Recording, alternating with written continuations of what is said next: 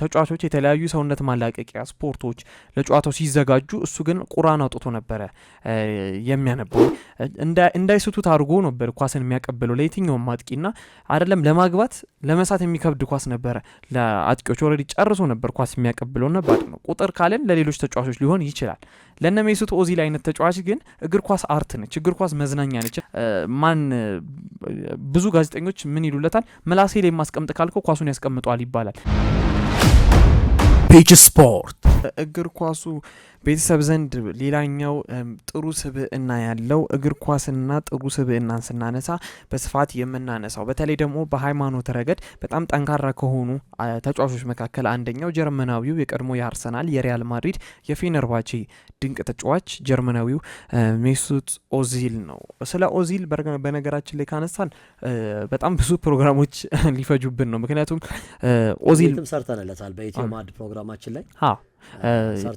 የተለያዩ ጥንቅሮችን አንስተንለት ነበር አሁን ደግሞ እስቲ በስፋት አንድ ጥሩ ስብዕና ሊኖረው የቻለው በምን ምክንያት ነው ኦዚልን ስናነሳ ምን ነገሮች ማንሳት አለብን ኦዚልስ ማን ነው የሚለውን በስፋት ለማንሳት እንሞክር ስለ ሜሱት ኦዚል ካነሳን በነገራችን ላይ አድማጮቻችን ያው ኦዚል ሲባል የምናስታውሰው ሪያል ማድሪድ ቤትና አርሰናል ቤት የነበረው ነው በደንብ በስፋት ካስታወስን ኦዚል ሜዳ ውስጥ ከገባ የሚያሳያቸው ነገሮች ከዛ ባለፈ ዝም ብሎ ነበር ጨዋታውን የሚያደርገው ጥበብ እግር ኳስ በጥበብ የሚጫወት ተጫዋች መካከል በዋነኝነት የምናነሳው ነው ላጥቂዎች መጋቢ የነበረ ተጫዋች ነው ኦሬዲ እንዳይስቱት አድርጎ ነበር ኳስን የሚያቀብለው ለየትኛውም አጥቂና አይደለም ለማግባት ለመሳት የሚከብድ ኳስ ነበረ ለአጥቂዎች ኦሬዲ ጨርሶ ነበር ኳስ የሚያቀብለውና በጣም ብዙ አሲስቶችም ካደረጉ የዓለማችን ተጫዋቾች መካከል አንደኛው ነው ሜሱት ኦዚልና ስለ ሜሱት ኦዚል ካነሳ በነገራችን ላይ ልክ አሁን ቅድም ሳዲዮ ማኔን እንዳነሳ ነው በጣም የተረጋጋ ባህሪና ላይፍ ስታይል ያለው ተጫዋች ነው ከሜዳው ውጪ በተለይ ይሄ በስለ ልቦ ይሄ በስብዕና ደረጃ በጣም የተረጋጋ ተጫዋች ነው አሁን ምናልባት ስለ ሜሱት ኦዚል እግር ኳስ ህይወት ካነሳ ብዙ ነገሮችን ማንሳት እንችላለንና እግር ኳሱ ላይ ያለ በተለይ ከፖለቲካል ነገሮች ጋር በጣም ብዙ ጊዜ ስሙ የሚነሳ ነበር ፖለቲካ ላይ በጣም ይያዝ ነበር ቱርክ ጀርመን በጣም ብዙ ሰጣ ገባዎች ውስጥ ጀርመኖች የሚቃወሙት የጀርመን ደጋፊዎች ነበሩ በጣም ጀርመናውያን ይቃወሙት ነበር ከዛ ባለፈው ወደ ቱርክም ይሄዳል ይባላል ያው የዘር ሀረጉ ከቱርክ እንደሚመዘዝ ይታወቃል ምንም እንኳን ጀርመናዊ ቢሆን ተጫዋችና ግን እንደ ህይወቱ ከተመለከተ ነው በጣም የተረጋጋ ህይወትን የሚመራ ብዙ ይሄ መጥፎ ቦታዎች የምታየው ተጫዋችም አይደለም በጣም የተረጋጋ ድንቅ እግር ኳስ ተጫዋች ነውና ከዛ ባለፈ ብዙ ጊዜ ስለ ሜሱት ኦዚል ሲነሳ ምንድነው የሚነሳው የነበረው መሰለ ልክ በተለያዩ ጨዋታዎች ሲገባ አርሰናል ጨዋታ በነበረው ጊዜ እንዲሁም ደግሞ ጀርመን ከዛ ባለፈ ሪያል ማድሪድ እያለ በነበረበት ሰዓት ሁሌ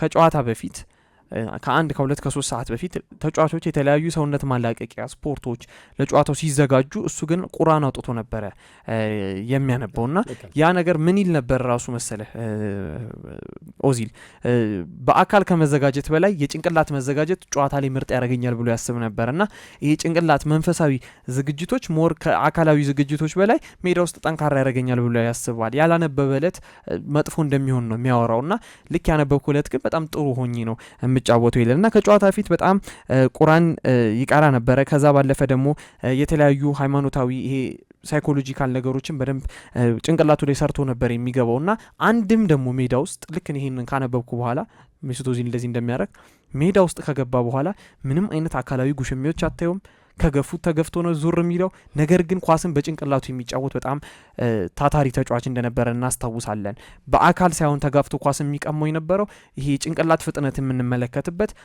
በጣም ብስል የነበረ በጣም ብልጥ የነበረ ሜዳ ውስጥ በጣም ድንቅ ተጫዋች ነው እንደውም ስለ ሜሱት ኦዚል ካነሳን እንኳን አሰልጣኝ አርሰን ቬንገር ሰራ እንጂ ሞሪኖ ስር ቢሆን እኮ በጣም እንዴት እንደሚያጎሳቁሉት እንደነበረ ከሪያል ማድሪድ እንዴት እንዳፈናቀሉት እንደነበረ እናስታውሳለን ጉልበት ይፈልጋሉ አሰልጣኝ አርሰን ቬንገር ደግሞ ተረጋግቶ ኳስ የሚያቀብልላቸው የተሳኩ ኳሶችን የጭንቅላት ተጫዋቾችን በጣም የሚፈልጉ አሰልጣኝ ነበሩና አንድም በአሰልጣኝ አርሰን ቬንገር ስር ይሄ ፕራይም የሚባለውን ኦዚልን እንድናይ የኦዚልን የችሎታ ጥግ እንድናይ ያደረጉ ትልቅ አሰልጣኝ ናቸው አሰልጣኝ አርሰን ቬንገርና ሜዳ ውስጥ ይገባል አይተው ከሆነ ያንን ውብ የሚባል በነገራችን ላይ የአርሰናል ውብ እግር ኳስ የሚባል የነበረው በአሰልጣኝ አርሰን ቬንገር ጊዜ በጣም ቅብብል የበዛበት አርት የበዛበት ቅብብልም ሲባል ደግሞ ይሄ የበፊቱን የነ ቡስኬትን ባርሳ አለ አይደለ ተጋጣሚን ዶሚኔት የሚያደርጉት ኳስ በጣም ይቀባበሉና ኳስ ወደ ኋላ እየተመለሰ ተጋጣሚ ቡድን ታዝለ ምናምን የሚያገቡበት ሲስተም ነበረ። የአርሰናል ግን እንደዛ አልነበረም። ሁሉም ኳሶች ወደ ጎል ናቸው የሚቀባበሉትና ወደፊት ነው። ይሄ ወደ ኋላ የሚመለስ ኳስ ብዙ ጊዜ ባክፓስ አንመለከትም ነበረ በአርሰናል ቤትና ያንን ነገር በዋናነት የሚዘውረው ይሄ ተጫዋች ነው። በእርግጥ ኦዚል ቡድን ውስጥ ካለ እንደዚህ አይነት ጨዋታ ለመጫወት ቡድን የሚገደዳል እና ኳሶች እሱ ጋር ይመጣሉ፣ ወደ ግራ ወደ ቀኝ የተሳኩ ኳሶች ኦልሬዲ ልክ እንደ ማግኔት ነው ተጫዋቾች ጋር እግራቸው ላይ የሚያጣብቀው ኳሱን ወስዶና በጣም ውብ እግር ኳስ ከፈጣን ጨዋታ ጋር ነበር የሚያደርገውና ያን እንዲሆን የሚያደርገው አንድም ከጨዋታ ፊት በተደጋጋሚ ይሄ ቁራኖችን እያነበበ ሃይማኖታዊ ነገሮችን ጭንቅላት ነገሮችን ይሄ አካላዊ ስፖርቱን ትቶ ልክ አሁን ሮናልዶ ስንል አካላዊ ስፖርቶቹን ምናምን ጠንካራ ሰራተኝነቱን እናወራለን። ያም ራሱን የቻለ አንድ ኳሊቲ ነው። በእርግጥ አንድ የሚባል ራሱን የቻለ ችሎታ ነው። ሁለተኛ ደግሞ የኦዚል በኩል ስንመጣ ደግሞ ከጨዋታ ፊት ሰውነቴን ከማዘጋጀው ጭንቅላቴን ባዘጋጀው ይሻላል ብሎ የሚያምን አንድ እግር ኳስ ተጫዋች ነበርና ለዛም ነው እንግዲህ አንድም በነገራችን ላይ እግር ኳስ ላይ አንዱ ሳይኮሎጂ ነው። ሳይኮሎጂ ያው በሳይንሱ ነው። መልካም ነገሮችን ማሰብ፣ መረጋጋት ራይስን አይተናል በተደጋጋሚ እኮ አላለቀም ያላት ነገር ሳይኮሎጂ ነው። ብዙ ጊዜ ተነስቶለታል። ከዛ ውጪ ወደ መንፈሳዊ ኬርክ ደግሞ በክርስትና እምነትም ከሚያነቡ መጽሐፍ ቅዱስ የሚያነቡ ወይም ቁርአን የሚያነቡ ሰዎች ብዙ ጊዜ ፖዚቲቭ ነገር ስላለው ፖዚቲቭ ነገርንና እምነታቸው ከፍ እንዲል የማሸነፍ ነገራቸው እንዲንቀሳቀስ እንዲበረታታ እንደ ሳይኮሎጂውም ትልቅ እገዛ ያደርጋል እና ስለዚህ ያም አንዱ ጠቀሜታ ነው። ይሰጣቸዋል እኮ በትምህርት ላይም እኮ በአይምሮ ዝግጁ እንደሆነ የስነ ልቦና መምህር ተብሎ ይሰጣቸዋል። ስለዚህ እሱ ያንን ነገር ልክ ሮናልዶ በግሉ ትሬኒንጎች እንደሚሰራው ይሄንን ሳይኮሎጂውን በግሉ ወሰደው እንደማለት ነው። ከመንፈሳዊ ወጣ እንበልና መንፈሳዊ ደግሞ የራሳቸው የግንባታ ጥቅም እንዳላቸው ይታወቃል። መንፈሳዊ ነገሮች ስለ ኦዚል በነገራችን ላይ በዋናነት በርካቶች የሚያደንቁለት እንደው ቅድም ስብዕና ምናምን አለ ሳዲዮ ማኔ ጋር አለ። በዋናነት ግን ሃይማኖቱ ላይ ያለው ጥንካሬ ከስብዕናው በላይ ሃይማኖቱ ላይ ያለው ጥንካሬ እስልምናን በእንግሊዝ በነገራችን ላይ በጣም ከባድ እኮ ነው አይደል? እንዴ አሁን በተለያዩ አውሮፓ ሀገራቶች ላይ ከተመለከት በጣም ሃይማኖተኛ በጣም መሆን እየከበደ የመጣበት ጊዜ ይመስለኛል። በተለይ አውሮፓ ላይ ቆይ ድሮም በጣም ከባድ ነው። እንደውም እና አሜሪካ ምናምን ይሻላል። አውሮፓ ላይ በጣም ከባድ ነው። ከባድ የሆነበት ጊዜ ላይ ነው እና እንደዛ አይነት ጊዜዎች ላይ እንደውም በጣም ጠንካራ ሆኖ ጊዜዎቹን አሳልፏል እና ሃይማኖት ላይ ያለውን ጥንካሬ በእርግጥ በጣም ብዙ እግር ኳስ ቤተሰቦች በደንብ በስፋት ያነሱለታል። እንግዲህ ስለ ኦዚል እኔም አንዳንድ ነገሮች እያነበብኩና ከሰራቸው መልካም ነገሮች ውስጥ እንደ በጥቂቱ በ2014 የዓለም ዋንጫ ካሸነፈ በኋላ የብራዚል ህጻናት ቀዶ ጥገና ወጪ እንደከፈለ በሰፊው ተዘግቧል። እንዲሁም በረመዳን ወቅት ለተቸገሩ ሰዎች ምግብና እርዳታ ሲያደርግ ይታያል። በቪዲዮ ምስሎችም አሉ። ብዙ ጊዜ ቁርአን ሲያነብ ወይም አንተ እንዳልከው ከጨዋታ በፊት ዱዓ ሲያደርግ ይታያል። ወደ ሀጂ መሄዱና ከመካ የተነሱ ፎቶዎችም ብዙ ሙስሊሞች አስደስተዋል። ሀጂ ሄዶ መምጣቱን በተለይ እስልምና እምነት እንትኖች ያው ፌመስ የሆነ ሰው ምናምን ሲሄድ በሁሉም እኮ በክርስትና በምንም ደስ እንደሚል ብዙዎችን አስደስቷል። ስለ ሙስሊሞችና ስለ ሰብአዊ ጉዳዮች አንዳንድ ጊዜ በግልጽ ድምጽ መናገሩ ይሄም መስዋዕትነት እንዳስከፈለው ሁላ ያየንበት ጊዜ አለ። በሜዳ ውስጥም ከብዙ ተጫዋቾች ጋር በክርክርና በጸጥታ በጭቅጭቅ ውስጥ የምታየው አይደለም አንተ እንዳልከው ማለት ነው። ሜዳ ውስጥ በጣም ይሄ ሀምብል የሚባል አይነት ተጫዋች ነው ሜሱት ኦዚል። ያው እንዳልከው ደግሞ በዋናነት የቡድን አጋሮቹ በየትኛውም በሪያል ማድሪድም እያለ በአርሰናልም እያለ ይሄን ነገሩን በጣም ያከብሩለት ነበረ። ከጨዋታ በፊት በቡድን አጋሮቹ በጣም የተከበረ ተጫዋች ነው። ያው ስብዕናው በእርግጥ ተጫዋች የሚነካ አይነት ተጫዋች አይደለም።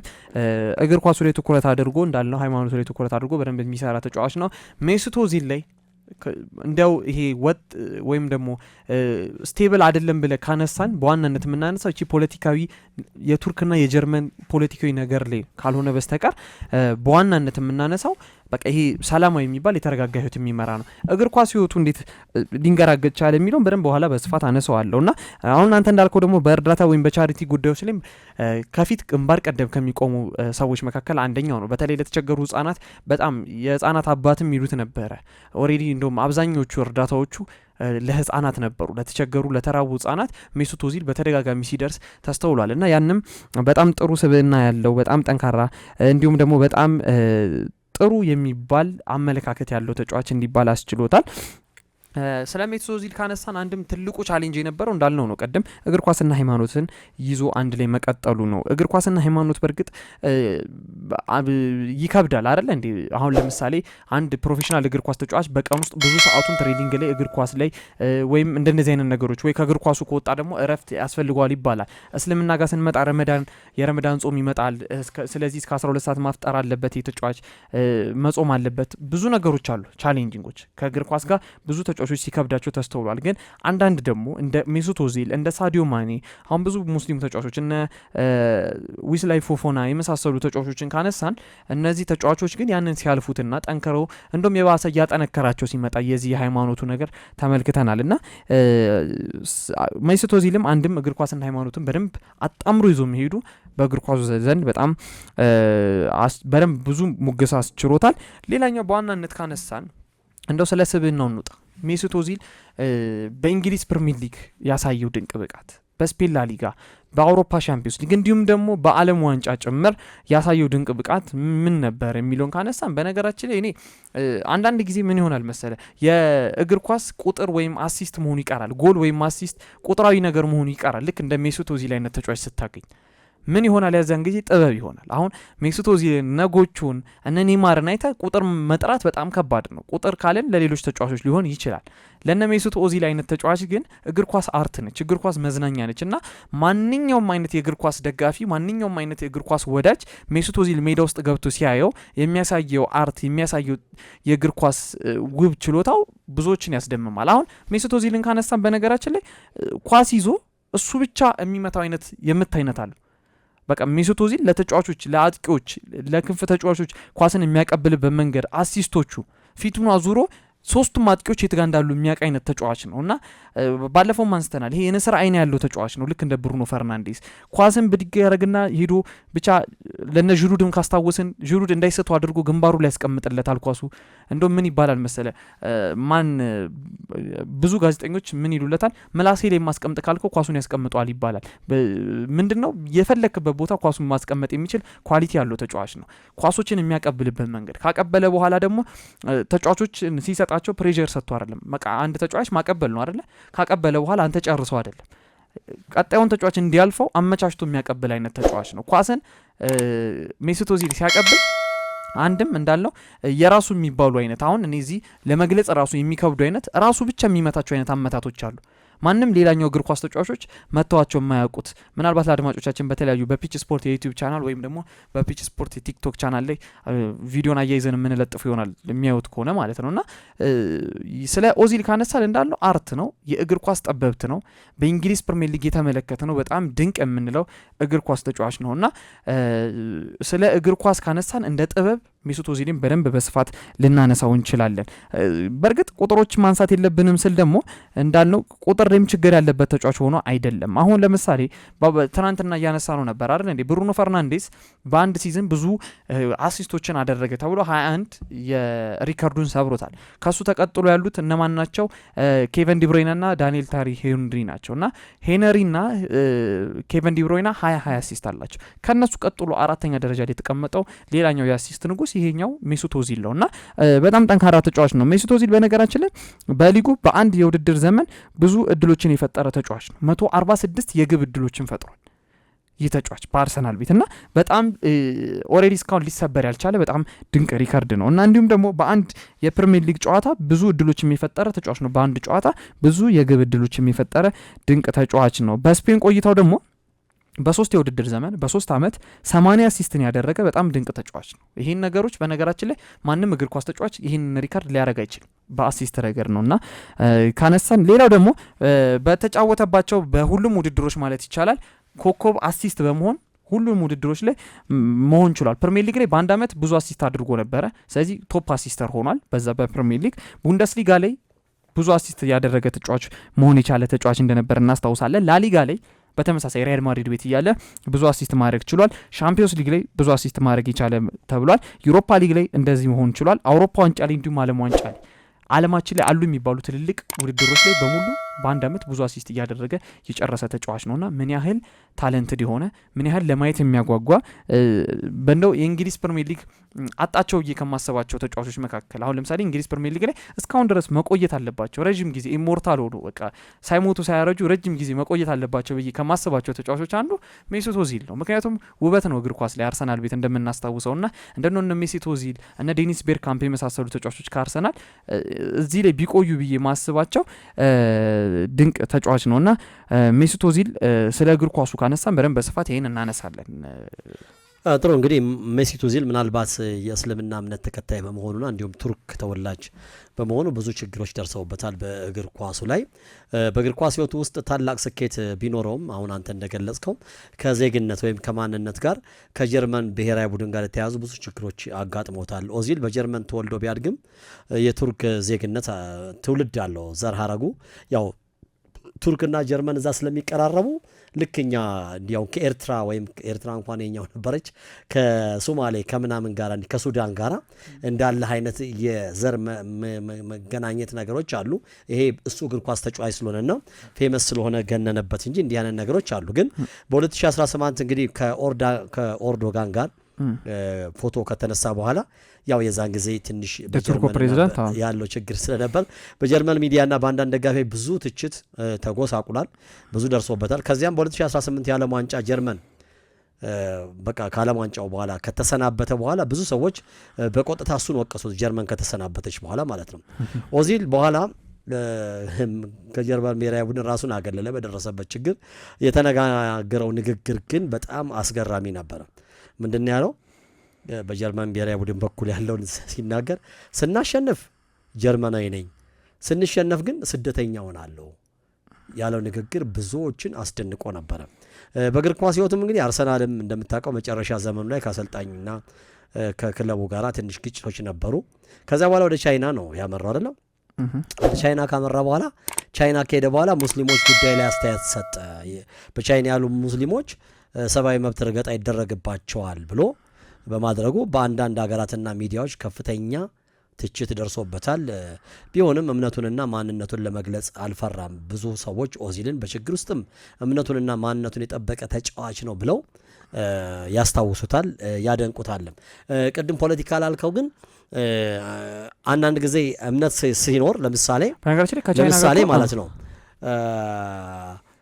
አይሁዶች የሆነ ቦታ ላይ ሄደው የእስራኤል ክርስቲያኖች ቢመቱ አንተ ክርስቲያን ከሆንክ ከተቃወምክ ያው ከሆንክ እንደ ማንኛውም ሰው እንደሚቃወም ስትቃወም ኳስ ተጫዋች ከሆንክ ጎልት ይወጣል፣ ፌመስና ዓለም ላይ ብዙ ተቀባይነት አለ።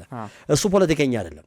ግን ሙስሊሞች ላይ ብዙ ጊዜ የሰብአዊ መብት ረገጣ በሱ ትክክል የሆነውን ነገር ሲናገር ፌመስ ስለሆነም በዓለም ላይ ለመድረስም ለመናኘትም ምናልባት 100,000 ሰው በየቤቱ ሆኖ ወይም በራሱ ማህበራዊ ሚዲያ ከሚናገር አንድ እግር ኳስ ተጫዋች በሚሊየን ተከታይ ያሉት ሮናልዶ ቢናገር ከፍተኛ ተቀባይነት ስለሚኖረው ይጎድሃል። የዛን ጊዜ ብዙ ጥቃቶች ይመጡብሃል፣ በስራ ላይ ጫና ይመጣብሃል እና እንዲህ አይነት ችግሮች ይደርሱበታል ብዙ ጊዜ እና አይ ቲንክ ቀደም ወደ ቻይና ሄዱ አልኩት እዛ አርሰናል እያለ ነው ይመስለኛል ተናገረው ከይቅርታ ጋር አርሰናል እያለ የቻይና ሙስሊሞች ንግግር አድርጎ ነበርና በዛም ብዙ ተቃውሞ ደርሶበታል ማለት ነው።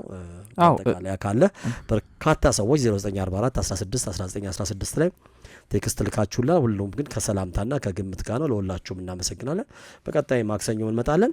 በተረፈ ደግሞ እንደዚህ አስተያየት የሚሰጡ ባለፈውም አንድ ልጅ እስካሁን አልወሰደም ሽልማቱንና የሚቀጥለው ማክሰኞ እናሳውቃለን። ስልኩን ይላክልን 0944 16 1916 ላይ ያገኙናል። እንዲሁም ደግሞ እዚሁ ዮናታን አያለም አናንያ ፈለቀም እንዲሁ ተስፍሽም በርካታ የስፖርት ተንታኞች አሉ።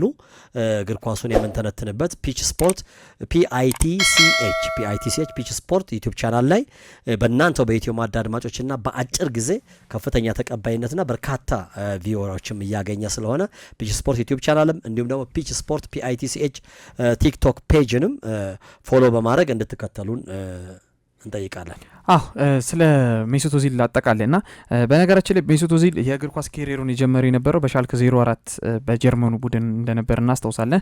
ከቢ ቡድን ተነስቶ በዋናው ቡድን ከ2006 እስከ 2008 ተጫውቶ እንደነበር እናስታውሳለን። ሻልከ ቤት ራሱን አሳየ። ከዛ በኋላ ሻልከ ቤት ያሳየው ብቃት ወደ ወርደር ብሬመን ሌላኛው የጀርመን ቡድን እንዲያቀና አስቻለው። ከዛ ከ2008 እስከ 2010 71 ጨዋታዎችን ነበረ ለዚህ ቡድን ማድረግ የቻለውና ይህም በወርደር ብሬመን ቤት ያሳየው ድንቅ ብቃት ለዓለማችን ትልቁ ከሚባለው ቡድን ወይም ደግሞ ዓለማችን ላይ በጣም ሀያል ከሚባሉ ቡድን መካከል አንደኛው ለሆነው ሪያል ማድሪድ እንዲፈርም አስቻለው። ሪያል ማድሪድ ቤት 105 ጨዋታዎችን እንዳደረገ እናስታውሳለን። ከ2010 እስከ 13 በርካታ ጨዋታዎችን አድርገል ዓለም ላይ ስሙ ናኘ። ከዛ በኋላ ሪያል ማድሪድ ቤት ከቆየ በኋላ ከ2013 እስከ 2021 ረዥም የእግር ኳስ ኬሪየሩን በአርሰናል ቤት በሰሜን ለንደኑ ቡድን አርሰናል ጨዋታዎችን ሲያደርግ እንደነበር እናስታውሳለን። አርሰናል ቤት ከጨረሰ በኋላ ደግሞ የእግር ኳስ ኬሪየሩን ወደ ፌነርባቼ እንዳቀና እናስታውሳለን፣ ወደ ቱርኩ ቡድን። ከዛ በኋላ ደግሞ ወደ ኢስታንቡል አቅንቶ የእግር ኳስ ኬሪየሩ እንደጨረሰ እናስታውሳለን። አንድ ነገር ልጨምር ስለ ሜሱት ኦዚል ካነሳ ሜሱት ኦዚል በነገራችን ላይ በአሁኑ ሰዓት የቱርክ የምክር ቤት አባል እንደሆነና በፖለቲካ ምርጫ አድርጎ ተመርጦ እንደገባ እናስታውሳለን።